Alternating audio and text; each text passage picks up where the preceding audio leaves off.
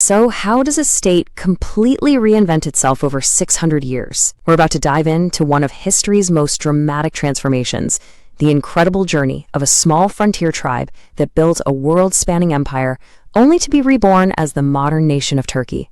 This is going to be a good one. Let's get into it. Right, so at its absolute peak in the 16th century, the Ottoman Empire was a force of nature. The famous political thinker Machiavelli, he saw it as the ultimate model of centralized absolute power. I mean, the Sultan wasn't just some king, he was the master, and the entire state was basically his household.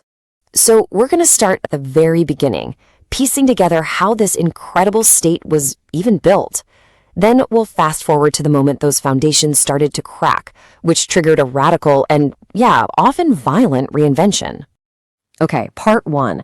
The story begins not with some grand plan, but with groups of Ghazis. These are warriors of the Islamic faith, raiding the edges of the Byzantine Empire. But here's the thing. What set the Ottomans apart wasn't just their skill in battle. It was their absolute genius for building a state. See, these weren't just random conquests. They were smart, strategic moves. Capturing Bursa after a 9-year siege, that gave them a capital city and control over the Silk Road. Then, defeating a Byzantine emperor in the field at Pelikanon proved they were a serious power. And seizing Gallipoli, of all things, after an earthquake, that gave them an unstoppable bridgehead into Europe, setting the stage for everything that came next.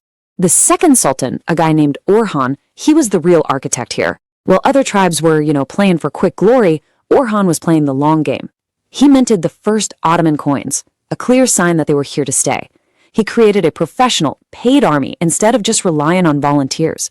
And he patiently, methodically consolidated power, absorbing his Turkish rivals and cleverly using Byzantine weakness to his advantage. He was less of a raider and more of a patient entrepreneur, building an institution designed to last.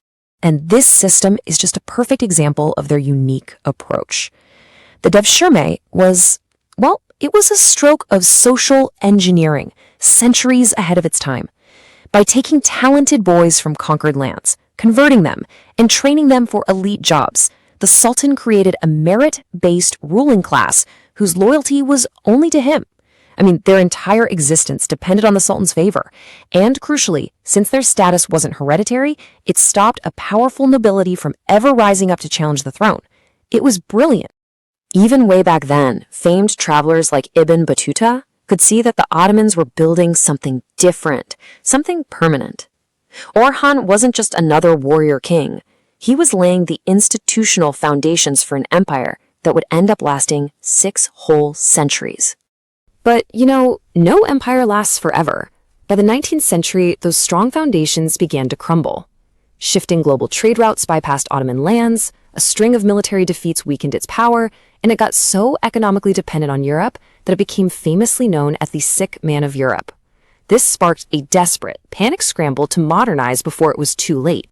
You can literally feel the escalating sense of urgency in these waves of reform.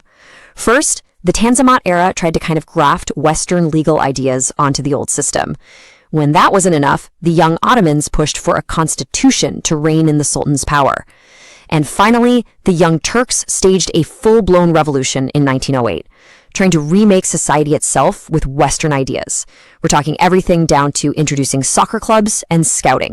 But all these reforms, they were too little, too late. The empire chose the losing side in World War I, and it just collapsed. But out of those ashes rose an army officer named Mustafa Kemal, who would later be known as Ataturk, or Father of the Turks. And he didn't want to reform the old state. No, he wanted to perform radical surgery and create something entirely new. This was the core idea right here. Everything associated with the multicultural Islamic Ottoman past was supposed to be replaced by a new singular identity, the secular modern Turk. It was a complete, deliberate, and profound break with 600 years of history. So how do you make a break that clean? Well, look no further than the alphabet. In 1928, Ataturk's government replaced the complex Arabic script with a new one based on the Latin alphabet. Just think about that for a second. Overnight, an entire nation was effectively cut off from its own written history. All the official documents, all the literature, all the religious texts from the Ottoman era, they became inaccessible to the next generation. It was like hitting a giant cultural reset button on a national scale. And the revolution did not stop there. This was a breathtaking top-down transformation of society. The caliphate, the symbolic leadership of the entire Sunni Muslim world, was just abolished. Religious law got replaced with secular codes from Switzerland and Italy, and in a move that was truly radical for its time, women were given the vote, way ahead of many Western European countries. And here's just a perfect illustration of his vision in action. It wasn't just about passing laws, it was about creating new role models. By having his own adopted daughter, Sabia Gökçen, become one of the world's first female combat pilots, he sent this unmistakable message about the role of women in his new republic. But here's the thing, creating a new state by force leaves behind a really complicated legacy. After Ataturk's death, a central tension emerged. You had the military, which saw itself as both the creator and the protector of this new secular republic, versus the messy, unpredictable reality of civilian politics. This was the question the Turkish military asked itself over and over again. From their point of view, if civilian politicians drifted away from Ataturk's secular principles, or let the country fall into chaos, well, it was their sworn duty to step in and reset the course. And this led to a recurring cycle throughout the 20th century.